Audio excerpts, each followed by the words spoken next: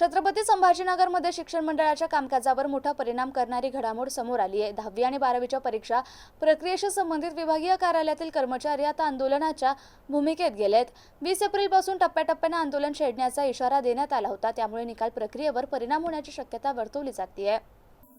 महाराष्ट्र राज्य माध्यमिक व उच्च माध्यमिक शिक्षण मंडळाच्या संभाजीनगर विभागीय कार्यालयातील कर्मचारी आता आंदोलनाच्या तयारीत आहेत। मंडळ प्रशासनाने अचानकपणे महाराष्ट्र नागरी सेवा नियम लागू केल्याने पूर्वीची बढती आणि बदली निकष रद्द झाल्याचा आरोप कर्मचाऱ्यांनी केला आहे। यामुळे त्यांच्या भवितव्यावर प्रश्नचिन्ह निर्माण झाल्याची नाराजी व्यक्त केली जाते।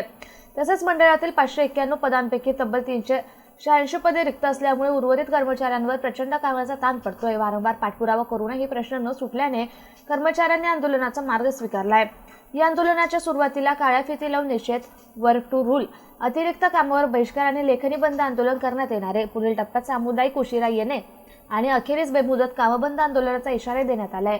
या सर्व घडामोडींमुळे 10वी आणि 12वीचा निकाल प्रक्रियेवर थेट परिणाम होण्याची शक्यता असून प्रशासनाने तातडीने हस्तक्षेप करावा अशी मागणी कर्मचारी संघटनांकडून करण्यात येते आहे।